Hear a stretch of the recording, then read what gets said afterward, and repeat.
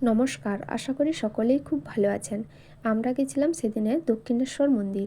দক্ষিণেশ্বর মন্দির হয়ে তারপরে দক্ষিণেশ্বরেই লঞ্চঘাট থেকে বিবেকানন্দ এবং নিবেদিতা সেতুর মাঝখান দিয়ে লঞ্চে চেপে গেলাম বেলুড় মঠ। যেতে আমার ভীষণ ভালো লাগছিল, কারণ সবথেকে যেটা বড় জিনিস সেটা হচ্ছে গিয়ে গঙ্গার মাঝখান দিয়ে শান্ত পরিবেশের মধ্য দিয়ে লঞ্চে চেপে বেলুড় মঠ যাচ্ছি। সে কি আর কম আনন্দের? আর এটাই ছিল আমার প্রথম বেলুড় মঠ যাওয়া। আমার ছোটো মেয়েকে কিন্তু ওর বাবাই কোলে করে লঞ্চ থেকে নামিয়েছে, কারণ ভয় ছিল আমি আনতে পারবো কি না। আর এই হচ্ছে 1897 সালে স্বামী বিবেকানন্দের স্থাপিত বেলুড় মঠ, যা আমরা সকলেই রামকৃষ্ণ মিশন নামেও চিনি। পুরো জায়গাটা আমার ভীষণ ভালো লেগেছে। আমরা গেছিলাম দশমীর পরের দিন 3রা অক্টোবর।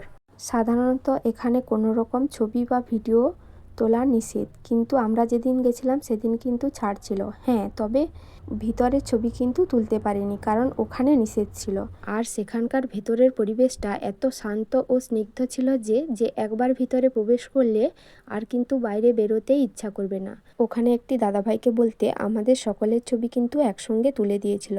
আমি বলবো যারা যারা এখনও বেলুড় মঠ যাওনি তারা কিন্তু অবশ্যই গিয়ে ঘুরে এসো।